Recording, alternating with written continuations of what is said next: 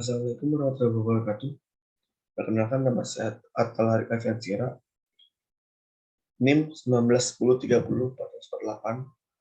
Kali ini saya menjelaskan resume tentang materi Hukum Laut Internasional, yang dimana menjadi tugas ujian akhir semester Hukum Internasional. Lalu saya akan meng-share screen-nya.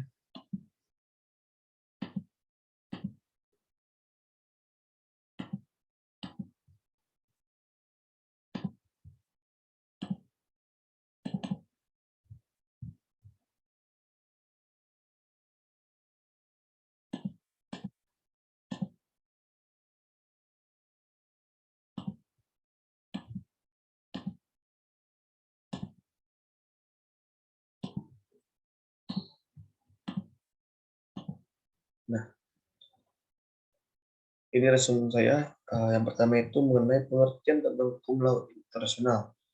Hukum Laut Internasional adalah aturan-aturan atau kaidah yang mengatur tentang berbagai persoalan yang berhubungan dengan batas-batas wilayah negara yang berkaitan dengan laut, baik laut yang ada dalam suatu wilayah atau laut yang berada di luar wilayah negara atau laut lepas, baik dari pemanfaatan sumber daya kekayaan laut maupun yang akibatnya negatif dan dapat menimbulkan uh, dampak yang buruk untuk pemanfaatan sumber daya lautnya.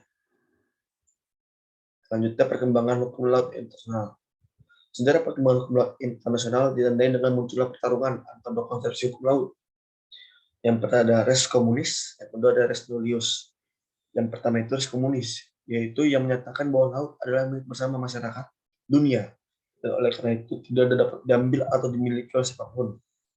Yang kedua itu ada res nullius, yang menyatakan laut itu tidak ada yang memiliki, dan oleh karena itu dapat diambil dan dimiliki oleh masing-masing negara.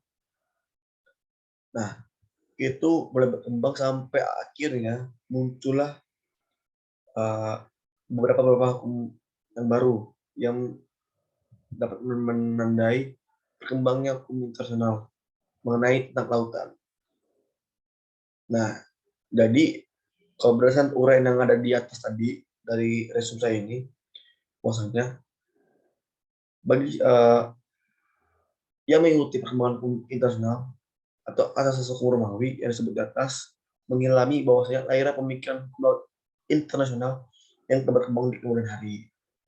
Lalu mengenai Konvensi Jenewa tahun 1958. Nah, Konvensi Jenewa ini berlangsung pada tanggal 24 sampai 27 April tahun 58 yang diketahui oleh Pangeran Waltan Yakor Betelan dan dihadiri 86 negara termasuk Indonesia, yang dimana dibentuk panitia. Yang pertama itu komite tentang soal laut dan zona tambahan. Yang kedua itu tentang rezim laut bebas. Yang ketiga itu tentang soal perikanan dan pelestarian SDM dan SDA. Yang keempat itu tentang soal landas kontinen. Nah, dan konferensi ini juga Indonesia memperjuangkan pembakuan lebar laut wilayah menjadi 12 mil dan dikenalkan konsep sebagai negara kelautan dan di mana itu terjatuh pada deklarasi Juanda tanggal 7. Nah, mengenai ZEE dan landas kontinen. ZEE ini adalah zona laut yang luasnya 200 mil dari garis pantai, yang mana dalam zona tersebut sebuah negara pantai mempunyai hak atas kekayaan alam di dalamnya dan berhak menggunakan kebijakan hukumnya, kebebasan navigasi, terbang di atasnya, ataupun melakukan penanaman kabel dan pipa. Konsep JE pun muncul dari kebutuhan yang mendesak, sementara atas daerahnya berdasarkan pada kebutuhan yang berkembang tahun 45 untuk memperluas batas juridisi negara pantai atas lautnya. Sumbernya mengacu pada persiapan untuk UNCLOS ketiga. Nah, untuk tentang landasan kontinen ini, pada hakikatnya landasan kontinen ini lahir melalui pernyataan unilateral dan kadang melalui jalan konvensional. Nah, saat Konferensi Jenewa 58 membuat ketentuan tentang dasar laut yang kemudian disempurnakan dalam konvensi.